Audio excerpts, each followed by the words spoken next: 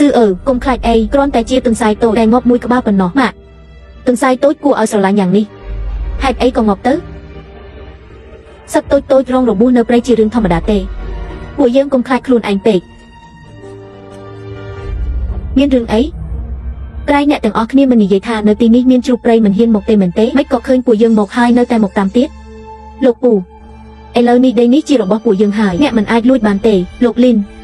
của dân từ vinh từ lọ chiền tin ní miên róm ấp uốn à tay tay miên róm thà đôi chim miên ở với mũi công pung sầm lăng mơ nhung từng sai tốt cứ chia ha đây mà đai chụp đây xỉ của dân bán đồng khan mà đai chụp đây nhâm hà hải nghe ngày lời ní khăng hải bông thông có chỉ nhẹ luôn anh đã trong bố chỉ vượt nhưng mình khoa tê tay à chê à phong sư ơi nơi tôi nơi lời nhẹ bất chỉ trong mình khoa pi sờ vào tập hiệp rồi bỏ cụ kê tế à nhẹ công stop lô cu nì dây đẹp đà tin ní min chụp đây tê có mình miên rương ấy đài trơ hai bà lô cụ ban đầm đam đầm này nhẹ song rồi bỏ bà hải ba mình dọc rong trả off bàn tê của dân từ ngày một nâng lồng bạ hải bà sư ơi mình khai tê sư ơi tớp tại khơi dân sân pray nơi tinu khơi tê của dân rộp khơi dân sân pray hải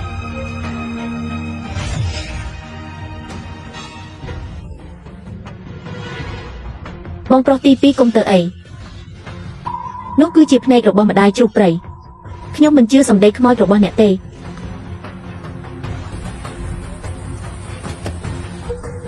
à he mấy con mình đôi muôn tiệt hời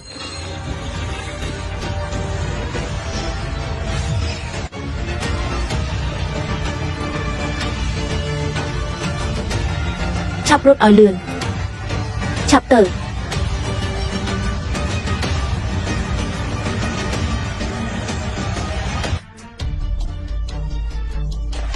phênh nhẹ miên à rõm nhàng mịch hái bà đây rồi bọc nhóm chưa khăn nè ở ngày một nâng pika tê đấng con protipi nhẹ chỉ chập khăn tế nhẹ tranh tờ ba mình men nhẹ chia một ạc rọ ôn pro mịch ai tới chụp bọc ít chỉ đạp na nơi cái bài nhẹ mình đai miên rừng lọ tề tu tô ở bộ nhẹ tranh tơ tăng pi dù hời cứ bộ nhẹ tôi trong châu rung phồng rương sầm khăn bồng phật l ní cứ tơ rột lan cho pi lợp nôm mồn rồi nhập nom à phóng tơ mình ti pet nỉ dây xô nè nơ lợp nôm khuyên sừng nhà mấy con ngật hời rột đôi đồ biệt na nhẹ l ní đăng thà mấy ngật rột lơ mình khơi hời u tại bọc bong nhẹ từng óc ní nơi ti nỉ hời của dân nom tu tô cho pi lợp nôm cồn ai chinh ơi công khai nhôm nâng ca pia nhẹ nâng tu tô ở ban lọ l tơ phương mệt tớ mấy ngật dạng đi ba mình tờ tê rồi hái chi chụp đây rồi khơi hời cái nông sầm nang tụt nhưng ai nông của mẹ rục lờ bàn sắt slap nỉ dây thà ai chui của dương rục lờ bàn tu tô ỏi lợp ní mình men chít dân sân prey đại ai song sầm nang bàn tê và đa khóc lờ chụp prey của dương nâng rốt mình rủi tê tu tô bạn mi đăng thà nhẹ trong chui pa khẳng nè tay lờ ní than hiệp rút nặng bể hời của dương stap tiệp pa tờ bàn tê à bà mạ nhóm chiếc cai non sầm nàng hà ai ca pia bộ nhẹ bàn tiệ đai tu tô nỉ dày hạ đôi chia mình đai nỉ dày kho ấy tờ đai mình kho phơ bắp crusa dân tầng mũ tớp mình kho ôn protipi nhẹ mình bất chỉ cất nâng đáp sầm đây và đa rồi bọc côn mình tế nhẹ trong slap luôn anh có slap tờ nhóm mình run đầm ná tề bà lộc lu đăng thà của dân mình toán cho pi lợp lùng tề cốt ra cốt chi nâng mình chui mình út một tam rô của dân hải của dân rung trăm nơi tini ở công chui sầm cru rồi bọc quạt một sầm cru bàn hải nhẹ ai phơ bàn đai côn pro rồi bọc nhẹ trom lên bàn hải nhẹ trong ở đai côn pro rồi bọc nhẹ pika men tề tranh tề lời ni của dân nâng tới chụp presi ở hải anh chân của nhẹ sầm ra chất luôn anh tờ chinh to tờ tô tổ của dân của tài tờ phờ nà tờ đàm bà mạ tay nhóm chưa khăng nè bông thông phiếp la han bất bạc cọt của tài pra nơ pê nì sư ơi mình trong ở bông protipi slap tể sư ơi khlại nhập hời chụp đây một hời lục bà chụp đây cùng bông một hời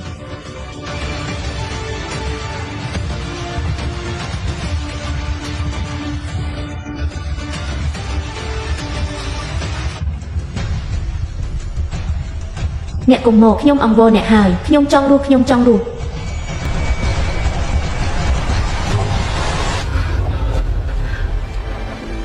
bông sấy khải sống cục rong côn đồ bò nhẹ ở ban lọ phòng ba miên rương cạt làng miên nhẹ na tu khó trai chùm nuôi nhẹ tề គេគ្រាន់តែជាកូនក្មេងគាត់គ្រាន់តែស្រែកយំពីដងមានបញ្ហាអីបើមិនមែនគាត់ស្រែកយំទេជ្រូកព្រៃអាចត្រឡប់មកវិញឬអត់ពួកយើងឆ្លៀតឱកាសនេះប្រញាប់ចាក់ចេញទៅ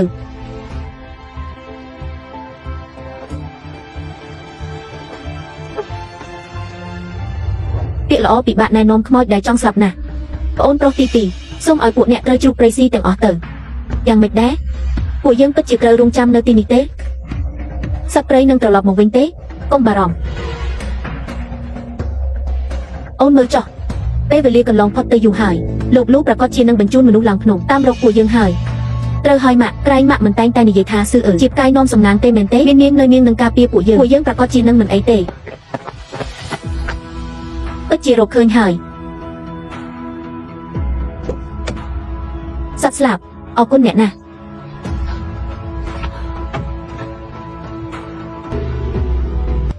ហ្វុងប្រញាប់ភ្ញាក់ឡើងអ្នកមិនអាចដេកលក់បានទេក្រុមជួយសង្គ្រោះនេះមិនក៏មិនទាន់មកទៀតជីនមីងចុះពួកយើងទៅមុនទៅល្អទេបើមិនអញ្ចឹងទេហ្វុងរបស់យើងនឹងបាត់បង់ជីវិតហើយតែពួកយើងមិនដឹងផ្លូវទេចុះបើត្រូវជ្រូកព្រៃរកឃើញទៀតត្រូវធ្វើម៉េចទៅពួកគេទៅតែស្ដាប់ពាក្យទូទៅទៅខាងនោះអស់ហើយយូរហើយគ្មានសម្លេងទេប្រកាសជាត្រូវជ្រូកព្រៃស៊ីអស់ហើយអញ្ចឹងទៅឆ្វេងទៅត្រូវហើយទៅឆ្វេងមានស៊ឺនៅជាមួយសំណាងរបស់យើងប្រកាសជានឹងមិនអាក្រក់ទេ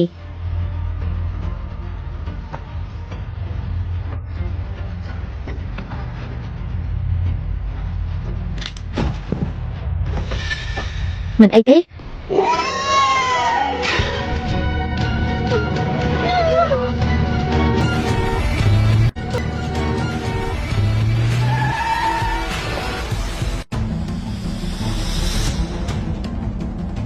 ឆាប់ឡើង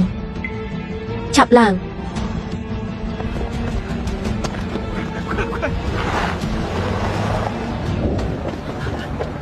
សោហ្វេង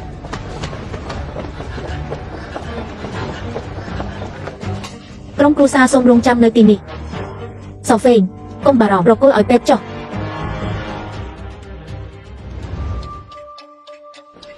ជីនមីងហ្វុងរបស់យើងមិនអីទេកុំបារម្ភហ្វុងគាត់មានសំណាងធំប្រកាសជាមិនមានរឿងអីទេលោកប៉ាហេតុអីបានជាប៉ាមកទីនេះ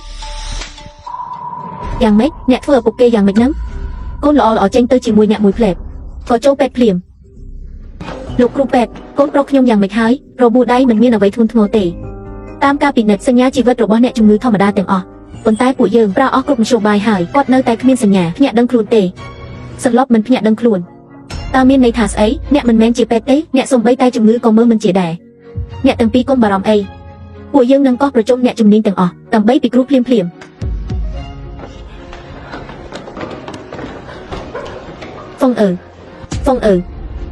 បើភ្នែកមើលម៉ាក់មកតើកូនកាត់អីពិតប្រាកដបើខ្ញុំមិនយកឈ្នះបងប្រុសគាត់នឹងមិនត្រូវម្ដាយជ្រូកព្រៃពុកឲ្យរបួសទេអ្នកទាំងអស់គ្នាលោកនេះគឺជាសាស្ត្រាចារ្យហាងមកពីសាកលវិទ្យាល័យវិទ្យាសាស្ត្រក៏ជាអ្នកមានអំណាចក្នុងវិស័យវិទ្យាសាស្ត្រនៅហៃឆឹងដែរសាស្ត្រាចារ្យហាងសូមលោកជួយសង្គ្រោះចៅប្រុសខ្ញុំផងអ្នកកុំបារម្ភពេកអីពេលមកដល់ខ្ញុំបានស្វែងយល់ពីស្ថានភាពហើយខ្ញុំនឹងខិតខំអស់ពីលទ្ធភាពអ្នកទាំងអស់គ្នាជាផ្លូវបន្តិច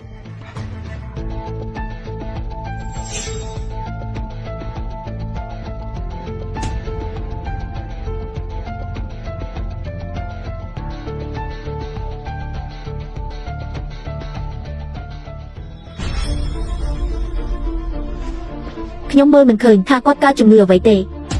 ពួកអ្នករកគ្រូផ្សេងទៅល្អជាងសាស្ត្រាចារ្យហាង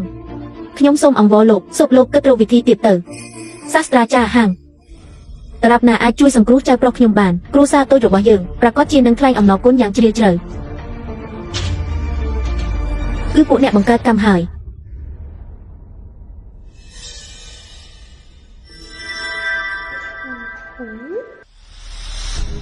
អ្នកចង់ធ្វើអីបងប្រុសមានសត្វល្អិតនៅលើក្បាលសត្វល្អិតស្អីបើមិនមែនដោយសារអ្នកទេអូនប្រុសក៏មិនដេកនៅទីនេះដែរអាចទេអ្នកគិតឲ្យច្បាស់លាស់សិនមុននឹងនិយាយពួកអ្នកដឹងផ្លូវត្រឡប់មកវិញច្បាស់ហើយហេតុអីក៏ចាំបាច់កុហកថាសត្វស្លាប់ចង្អុលផ្លូវធ្វើឲ្យម៉ាក់មិនហ៊ានដើរតាមត្រឡប់មកវិញបើមិនអញ្ចឹងទេអូនប្រុសត្រូវបានពួកយើងបញ្ជូនចុះពីលើភ្នំតាំងពីយូរហើយក៏មិនខកពេលព្យាបាលដែរពួកអ្នកដឹងផ្លូវត្រឡប់មកវិញច្បាស់ហើយហេតុអីក៏ចាំបាច់កុហកថាសត្វស្លាប់ចង្អុលផ្លូវធ្វើឲ្យម៉ាក់មិនហ៊ានដើរតាមត្រឡប់មកវិញបើមិនអញ្ចឹងទេអូនប្រុសត្រូវបានពួកយើងបញ្ជូនចុះពីលើភ្នំតាំងពីយូរហើយក៏មិនខកពេលព្យាបាលដែរ គឺសត្វស្លាប់ជួយទូតូមិនបានកុហកទេនិយាយថាសត្វស្លាប់និយាយអ្នកណាជឿហេតុអីក៏វាមិននិយាយប្រាប់ខ្ញុំមិននិយាយប្រាប់ស៊ឺអឺបែរជាមានតែអ្នកលឺបែបនេះទូតូអ្នកមិនបានខុសទេគុំស្ដាប់ដាលីងនិយាយកូនប្រុសធំនិយាយត្រូវបើមិនមែនដោយសារទូតូទេអាហ្វុងក៏មិនខកពេលព្យាបាលដែរដល់ឥឡូវនេះនៅតែសន្លប់មិនភ្ញាក់ដឹងខ្លួនពួកអ្នកប្រញាប់នាំទូតូចេញទៅខ្ញុំមិនទៅទេខ្ញុំអាចសង្គ្រោះបងប្រុសទី2បានទេពេទ្យក៏ព្យាបាលមិនជាដែរអ្នកយកអីមកសង្គ្រោះបងប្រុសទី2មានសត្វល្អិតនៅលើក្បាលសត្វល្អិតនាងតូចឆាប់ប្រាប់ខ្ញុំមកមើលសត្វល្អិតដែលកូនឃើញមានរូបរាងយ៉ាងម៉េចវាមានរាងវែងវាចេញពីបងប្រុសទី2ប្រហែលជាប៉ារ៉ាស៊ីតពិតជាត្រូវទូតូនិយាយត្រូវមែនហើយមានប៉ារ៉ាស៊ីត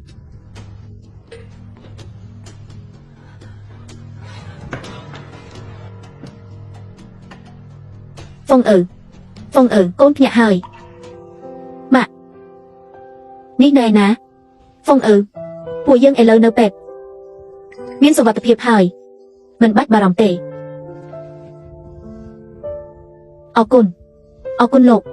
អរគុណលោកទាំងអស់នេះ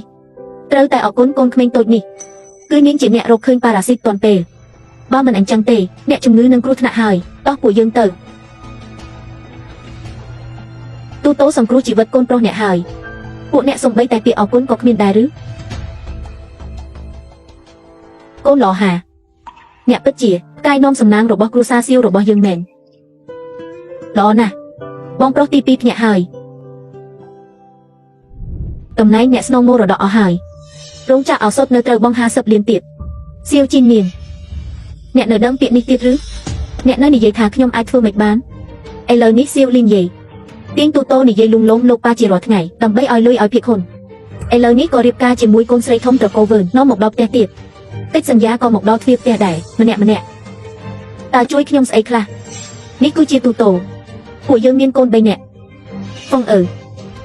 ថ្ងៃស្អែកអ្នកទៅផ្ទះលោកតាហើយស្រែកថាឈឺអ្នកនិយាយថាទូតូធ្វើឲ្យអ្នកខ្លាចជាបែបនេះអ្នកលឺដែរទេតែម៉ាក់ខ្ញុំគិតថាទូតូនាងធ្វើត្រូវហើយនាងក៏ជាអ្នកជួយសង្គ្រោះខ្ញុំដែរឯងនិយាយស្អីអ្នកដែលសង្គ្រោះអ្នកគឺគ្រូពេទ្យអ្នកល្ងងដោយសារជំងឺហើយឬអ្នកក៏ត្រូវថ្នាំមន្តអាគមរបស់ទូតូនោះហើយដែរមែនទេអ្នកនឹងស៊ើអឺទៅផ្ទះលោកតាហើយនិយាយជាមួយគាត់ឲ្យច្រើនទៅឲ្យគាត់ដឹងថាអ្នកក៏ជាចៅស្រីរបស់គ្រួសារសៀវដែរឡម៉ាក់ហាខ្ញុំគ្មានពេលទេថ្ងៃនេះខ្ញុំណាត់មិត្តភក្តិជិះម៉ូតូទៅឡើងភ្នំទ្រព្យសម្បត្តិគ្រួសាររបស់អ្នកត្រូវលោកពូរបស់អ្នកដណ្ដើមអស់ហើយអ្នកនៅតែមានចិត្តដល់លេងទៀតម៉ាក់មីហេតុអីក៏ត្រូវពិនិត្យឡានព្រោះប៉ារបស់អ្នកពីមុនជួបគ្រោះថ្នាក់ឡានគឺដោយសារហ្វ្រាំងមិនដំណើរការដូច្នេះដើម្បីសុវត្ថិភាពរបស់យើងរាល់ដងមុនចេញទៅក្រៅត្រូវពិនិត្យមើលជាមុនសិនជីងអឺអ្នកនៅតែគិតគូរបានល្អលោកពូអ្នកកំពុងរកប្រហោងមែនទេនៅលើកង់ឡាននេះគឺមានបងស្រីស៊ឺអើតូចអ្វីដែលខ្ញុំរកមិនមែនជាប្រហោងបែបនេះទេគឺប្រហោងដែលលេខខ្យល់ត្រូវហើយកង់ឡាននេះកំពុងតែលេខខ្យល់ហើយអីយ៉យពិតជាលេខខ្យល់មែនបងស្រីស៊ឺអើតូចអ្នកអស្ចារ្យពេកហើយមីងទី2ខ្ញុំនឹងបដូរកង់ឥឡូវនេះទូតូតោះទៅពួកយើងទៅខាងក្នុងរោងចាំសិនខ្ញុំនឹងទៅដល់កន្លះម៉ោងទៀតនេះហើយអ្នកណាមកយឺតអ្នកនោះគឺជាកូនឆ្កែហើយណាពួកអ្នកកុំបារម្ភអីប្រកាសជាឡានថ្មីដែលពួកអ្នកមិនធ្លាប់ឃើញទេប៉ាខ្ញុំទើបតែទិញឲ្យខ្ញុំមិនទាន់នឹងសាកល្បងបើកវាផង